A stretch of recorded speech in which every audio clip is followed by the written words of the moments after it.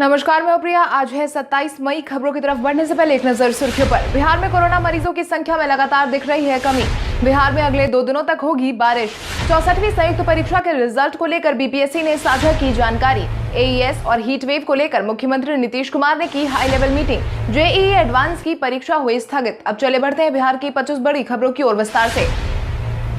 बिहार में मिले कोविड-19 के 3000 से कम मामले। स्वास्थ्य विभाग की तरफ से मिली जानकारी के अनुसार बिहार में बीते दिन के पिछले 24 घंटे में 2603 मामलों की पुष्टि हुई है, जिसके बाद बिहार में एक्टिव मरीजों की संख्या 30,992 पर पहुंच गई है। इसके साथ ही अगर हम प्रभावित जिलों की बात करें तो अररिया में 88, अरवल में 22, औरंगाबाद में 56, बांका में 18, बेगूसराय में 177, भागलपुर में 50, भोजपुर में 29, बक्सर में 19, दरभंगा में 117, ईस्ट चंपारण में 67, गया में 88, गोपालगंज में 52, जमुई में 8, जहानाबाद में 12, कैमूर में 12, कटिहार में 66, खगड़िया में 35, किशनगंज में 59, लखीसराय में 18, मधेपुरा में 35, मधुबनी में 55, मुंगेर में 39, मुजफ्फरपुर में 137, नालंदा में 170, नवादा में 15, पटना में 316, पूर्णिया में 115, रोहतास में 33, सहरसा में 67, समस्तीपुर में 123, सारण में 60, शेखपुरा में 15, शिवहर में 15, सीतामढ़ी में 51, सिवान में 72, सुपौल में 107, वैशाली में 117, वेस्ट चंपारण में 29 मामलों की पुष्टि हुई है। इसके साथ ही 39 ऐसे मामले सामने आए हैं जो दूसरे राज्यों के हैं, लेकिन इनके सैंपल बिहार के अलग अलग जिलों में कलेक्ट किए गए हैं। वहीं बिहार में बीते दिन के पिछले 24 घंटे में कुल मिलाकर 6641 मरीज ठीक होकर घर वापस लौटे हैं। वहीं बीते दिन के पिछले 24 घंटे में कुल मिलाकर 1,31,916 सैंपल की जांच की गई है। बिहार में आने वाले 2 दिनों तक होगी बारिश। यास तूफान बंगाल और उड़ीसा के तट से टकरा चुका है, जिसके बाद बिहार में भी इसका प्रभाव देखने को मिल रहा है, जिसके तहत ही बिहार के कई जिलों में लगातार बारिश हो रही है। इतना ही नहीं, मौसम वैज्ञानिकों की माने तो आने वाले 2 दिनों तक लगातार बारिश देखने को मिल सकती है। इसके साथ ही कई जिलों में अच्छी बारिश होने की स्थिति भी उत्पन्न हो सकती है। यही कारण है कि बिहार सरकार ने एनडीआरएफ और एसडीआरएफ की 22 टीमों को तैयार कर दिया है। हालांकि वज्रपात की आशंका भी अब पहले से कम हो गई है। वज्रपात होगा, लेकिन इसका प्रभाव पहले से कम रहेगा। चूंकि बिहार से तटीय इलाका 500 किलोमीटर दूर है, इसलिए यहां आते आते तूफान का प्रभाव काफी हद तक कमजोर हो जाएगा। 64वीं संयुक्त परीक्षा के रिजल्ट को लेकर बीपीएससी ने साझा की जरूरी जानकारी। बीपीएससी 64वीं संयुक्त परीक्षा के रिजल्ट को लेकर बेहद अहम जानकारी साझा कर चुका है, जिसके तहत बिहार लोक सेवा आयोग ने साफ तौर पर कहा है कि 64वीं सिविल सेवा संयुक्त प्रतियोगिता परीक्षा का फाइनल रिजल्ट जून के पहले सप्ताह में जारी किया जा सकता है। इस बाबत आयोग ने नोटिस जारी कर दिया है और कुछ लोग सोशल मीडिया पर भ्रामक खबरें भी फैला रहे हैं, जिसकी वजह से काफी परेशानी हो रही है। आयोग के संयुक्त सचिव से परीक्षा नियंत्रक की तरफ से जारी नोटिस में साफ शब्दों में कहा गया है कि परीक्षा फल तैयार करने की प्रक्रिया जारी है। फाइनल रिजल्ट जून के पहले सप्ताहांत में जारी होने की संभावना है। कृषि मंत्री ने किसानों को घर में भी बीज मिलने का किया दावा। कोविड-19 के माहौल में कृषि मंत्री की तरफ से किसानों के लिए राहत की खबर सामने आई है, जिसके तहत बीते दिन से शुरू हुए रोहिणी नक्षत्र के बीच राज्य सरकार ने किसानों को धान की सब्सिडी मुहैया कराने की घोषणा कर दी है। कृषि मंत्री अमरेंद्र प्रताप सिंह ने हाल ही में मीडिया से बातचीत के दौरान बताया कि बीज की आपूर्ति बिहार राज्य बीज निगम के चिन्हित बीज विक्रेताओं द्वारा की जाएगी। प्रत्येक जिले में 1600 से 1800 क्विंटल धान बीज के वितरण अनुदानित दर पर दिए जाएंगे। जिलों में बीज विक्रेताओं को चिन्हित कर दिया गया है और उनके द्वारा राष्ट्रीय बिहार राज्य बीज निगम को भेजा जा चुका है। यास के मद्देनजर कुछ स्पेशल ट्रेन का परिचालन हुआ रद्द। यास तूफान ने बंगाल और उड़ीसा के तट पर दस्तक दे दी है, जिसके बाद लगातार बंगाल और उड़ीसा की स्थिति भयावह नजर आ रही है। वहीं इसका असर बिहार में भी देखने को मिल रहा है। यही कारण है कि पूर्व मध्य रेलवे ने कुछ स्पेशल ट्रेनों के परिचालन को तूफान के मद्देनजर अस्थायी तौर पर रद्द कर दिया है, जिसके तहत ट्रेन पटना से लेकर Ernakulam special train, Puri Jaynagar special train, Jaynagar Puri special train 29 मई, टाटा दानापुर स्पेशल ट्रेन 27 मई, दानापुर टाटा स्पेशल ट्रेन 27 मई, Puri Anand Vihar terminal special train 27 मई और टाटा छपरा स्पेशल ट्रेन का परिचालन आज रद्द कर दिया गया है। बिहारी पहचान में आज हम बात करेंगे सुहासिनी मुलय की। सुहासिनी मुलय का जन्म बिहार की राजधानी पटना में 20 नवंबर 1950 को हुआ था। सुहासिनी मुलय एक भारतीय अभिनेत्री हैं, जिन्होंने बॉलीवुड, मराठी और असमीज जैसी भाषाओं की फिल्मों में काम किया है। इतना ही नहीं, सुहासिनी मुलय को अपने काम के लिए कई नेशनल फिल्म अवार्ड से भी नवाजा जा चुका है। 1999 में उनकी फिल्म हु तुतु के लिए उन्हें बेस्ट सपोर्टिंग एक्ट्रेस का अवार्ड भी मिला है। सुहासिनी मुलय ने कई फिल्मों में अब तक काम किया है, जिसमें लाइफ हो तो ऐसी, लगान, दिल चाहता है जैसी फिल्मों का नाम शामिल है। शिक्षकों की नियुक्ति पर लगी रोक को हटाने के लिए हाईकोर्ट में हुई सुनवाई। बीते दिन पटना हाईकोर्ट में शिक्षकों की नियुक्ति पर लगी रोक को हटाने के लिए सुनवाई की गई, जिसके तहत 1,25,000 माध्यमिक और प्रारंभिक शिक्षकों की नियुक्ति पर लगी रोक के मामले में जल्द ही रास्ता साफ होने की उम्मीद जताई जा रही है। बीते दिन आयोजित सुनवाई के दौरान हाईकोर्ट में भी रोक हटाने के लिए एक बार फिर से अनुरोध किया गया है। एडवोकेट जनरल ललित किशोर ने शिक्षा मंत्री के अनुरोध पर एक बार फिर से इस मामले को लेकर एडवोकेट जनरल चीफ जस्टिस शीघ्र विचार करने का अनुरोध किया है, जिसके तहत राज्य सरकार ने हल्फनामा दायर कर आश्वासन दिया है कि विकलांग उम्मीदवारों को 4% आरक्षण का लाभ दिया जाएगा।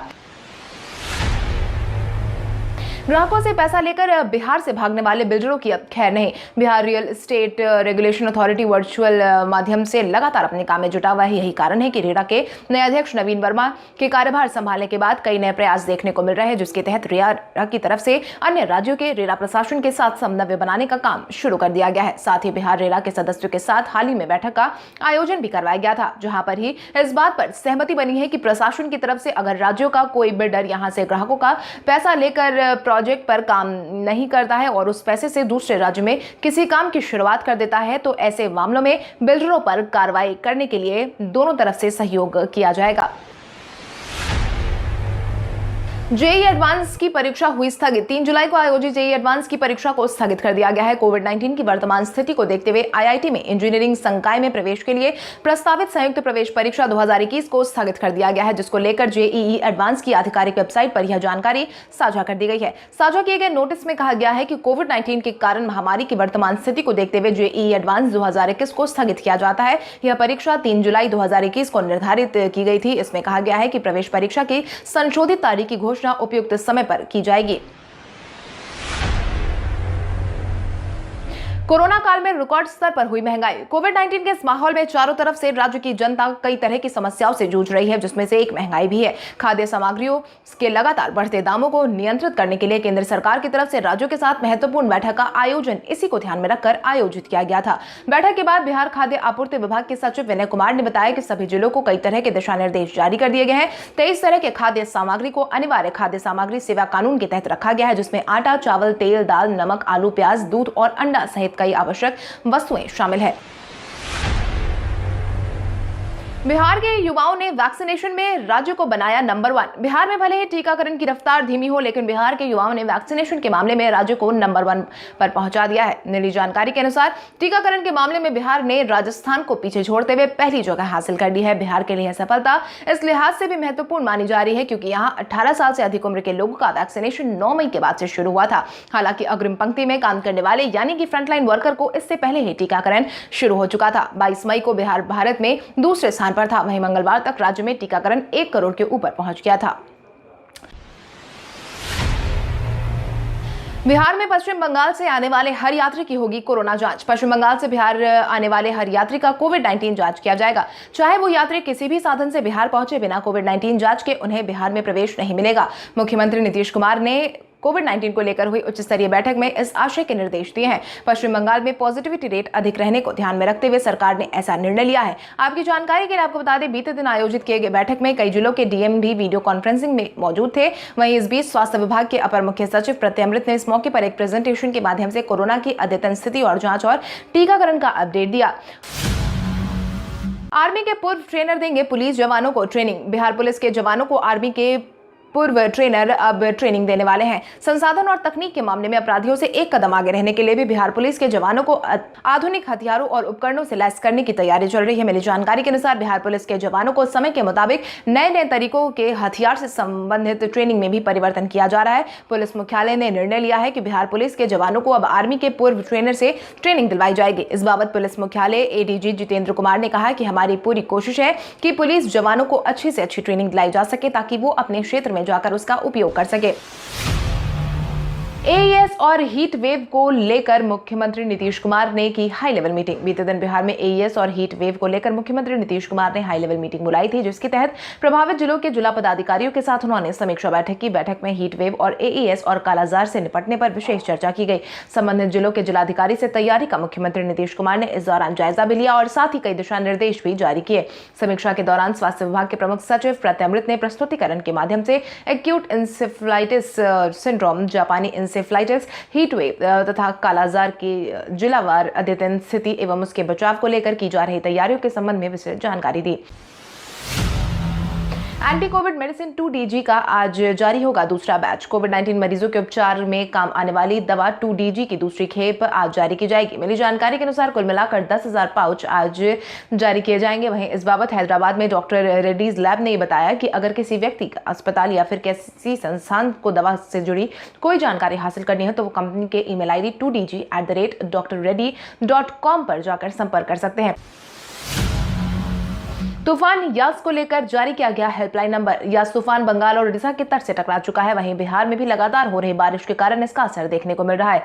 इसी बीच पटना के जिलाधिकारी डॉक्टर चंद्रशेखर सिंह ने जिला नियंत्रण कक्ष की स्थापना की है। यह कक्ष 24 घंटे काम करेगा, जिसके तहत 3 पारियों में अधिकारियों और कर्मियों की प्रतिनियुक्ति कर दी गई है। साथ ही लोगों की सहूलियत के लिए हेल्पलाइन नंबर जारी कर दिए गए हैं, जिसके तहत अब लोग 0612221981 या फिर 061222192234 या 061222191999 या फिर 061222199915 पर कॉल करके मदद मांग सकते हैं। इसके साथ ही तूफान के पटना में प्रभाव की संभावना को देखते हुए जिलाधिकारी ने आम लोगों से अपील की है कि वो बिना कोई जरूरी काम के घर से बाहर ना निकले और सजग और सतर्क रहें। इसके साथ ही सिविल सर्जन को एम्बुलेंस की व्यवस्था रखने का निर्देश दिया गया है। वहीं निर्बाध बिजली आपूर्ति के लिए भी निर्देश जारी किया गया है। 10 सेकंड में धराशायी हुआ 2 मंजिला मकान। बीते दिन बिहार के जहानाबाद जिले में 10 सेकंड में 2 मंजिला मकान को गिरते देखा गया। जर्जर मकान के गिरने के डर से उसमें रह रहे लोग पहले ही बाहर आ गए थे। बुधवार को मकान पहले सड़क की तरफ हल्का झुका, फिर धीरे धीरे झुकता चला गया। 10 सेकंड में मकान ताश के पत्तों की तरह ढह गया, जिसके बाद इसका लाइव वीडियो लगातार सोशल मीडिया पर शेयर किया जा रहा है। यह वाकया जहानाबाद जिला के मखदूमपुर के NH83 किनारे स्थित बाजार का है। लॉकडाउन के चलते बड़ा हादसा टल गया। मकान जिस सड़क पर गिरा वो लॉकडाउन नहीं रहता तो वहां पर गाड़ियां और लोगों की भीड़ भारी संख्या में देखने को मिलती। मिली जानकारी के अनुसार यह मकान काफी समय से जर्जर हालत में था। आज लॉन्च होगा भंडार पोर्टल और आयुष संजीवन ऐप। आज Ayush clinical case repository portal और आयुष संजीवन ऐप के तीसरे संस्करण को लॉन्च किया जाएगा। मिली जानकारी के अनुसार केंद्रीय राज्य आयुष मंत्री किरण रिजिजू इसकी शुरुआत करने वाले हैं। यह लॉन्चिंग एक वर्चुअल कार्यक्रम के माध्यम से होगी, जिसके बाद इस पोर्टल के माध्यम से आयुष ऐप से आम जनता दोनों को काफी ज्यादा मदद मिलेगी। इस पोर्टल का उद्देश्य बड़े पैमाने पर आयुष चिकित्सकों द्वारा प्राप्त नैदानिक परिणामों के बारे में जानकारी एकत्र करना है। यह न केवल सूचना के प्रसार बल्कि आगे के विश्लेषण और अनुसंधान की सुविधा भी प्रदान करेगा। इससे विभिन्न रोग स्थितियों के उपचार के लिए आयुष प्रणालियों की ताकतों का दस्तावेजीकरण किया जाएगा। राजद प्रमुख लालू प्रसाद यादव ने वीडियो कॉन्फ्रेंसिंग से की हेल्थ कैंप की समीक्षा। जेल से बाहर आने के बाद राजद प्रमुख लालू प्रसाद यादव लगातार वीडियो कॉन्फ्रेंसिंग के माध्यम से पार्टी का हालचाल जान रहे हैं।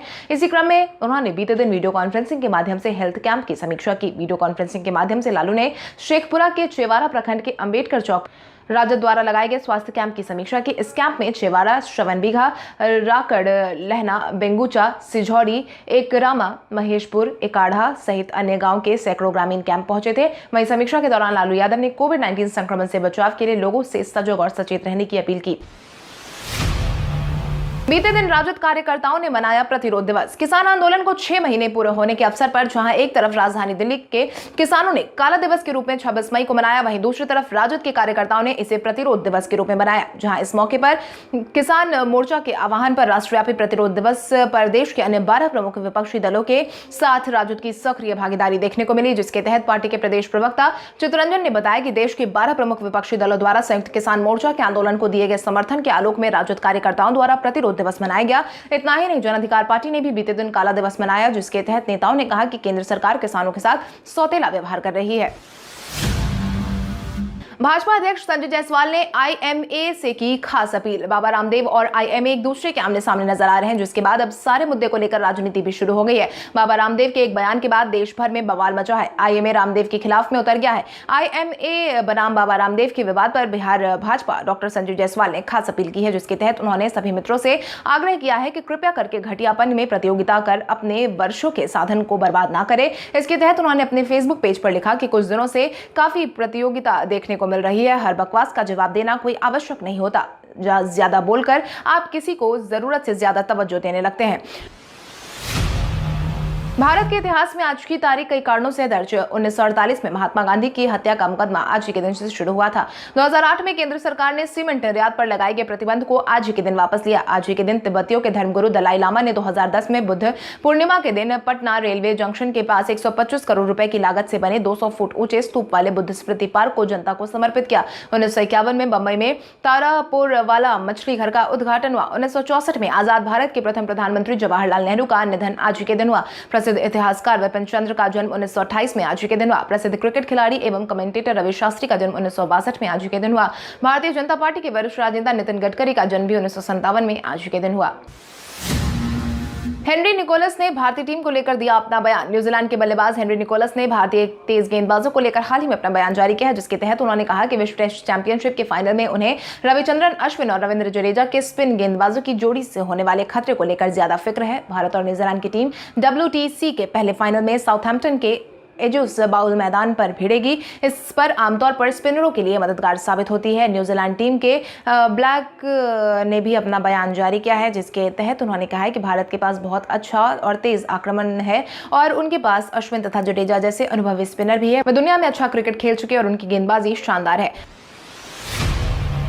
आरोग्य सेतु ऐप पर भी यूजर को मिलेगा ब्लू टिक। अब ट्विटर की तरह ही आरोग्य सेतु ऐप पर भी यूजर को ब्लू टिक मिलेगा, जिसके तहत आरोग्य सेतु ऐप अब उन लोगों को यह टिक देने वाला है जिन लोगों ने वैक्सीन ले लिया है। इसको लेकर आरोग्य सेतु की ऑफिशियल ट्विटर हैंडल से जानकारी साझा कर दी गई है। ट्वीट में कहा गया है कि आरोग्य सेतु ऐप पर वैक्सीनेशन स्टेटस को बताया जाएगा। वैक्सीनेशन स्टेटस को आरोग्य सेतु पर अपडेट किया जा सकता है। इसके साथ ही वैक्सीनेशन के बाद आपको ब्लू टिक और ब्लू शील्ड दिए जाएंगे। आपकी जानकारी के लिए आपको बता दें, ब्लू टिक रजिस्टर्ड व्यक्ति को ही दिया जाता है और उनके नाम के आगे लगाया जाएगा जो वैक्सीन ले चुके हैं।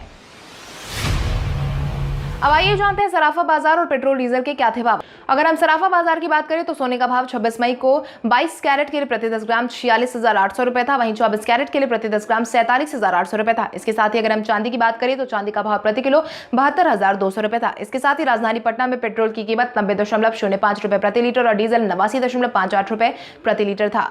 कल हमारे द्वारा पूछे गए सवाल का जवाब आप में से बहुत सारे यूजर ने हमें कमेंट करके दिया था, उसके लिए आपको बहुत बहुत धन्यवाद। आप में से जिन यूजर का कमेंट हमें अच्छा लगा है उनके नाम है गौतम मांझी, शहबाज आलम, सोनू सम्राज ऑफिशियल, मुकेश कुमार पासवान, पवन कुमार, श्वेता रॉय, प्रदीप, विकी कुमार, आलोक कुमार, पंकज कुमार, पवार मयंक, गौतम पंडित, रंजीत मेहता, रानी कुमारी। इसके अलावा हमारी टीम को और भी लोगों के जवाब अच्छे लगे हैं, मगर इस समय के अभाव के कारण हम उनका नाम नहीं ले पाए, लेकिन आप हमारे सवालों का जवाब देते रहे। हम कल आपका नाम लेने की पूरी कोशिश करेंगे। तो चलिए बढ़ते हैं आज के सवाल की ओर। आज का सवाल कुछ इस प्रकार है, यास तूफान का असर आपके आसपास या आपके जिले में देखने को मिला या नहीं? अपने जवाब हमें कॉमेंट करके जरूर बताएं। इसके साथ ही आज के लिए बस इतना ही।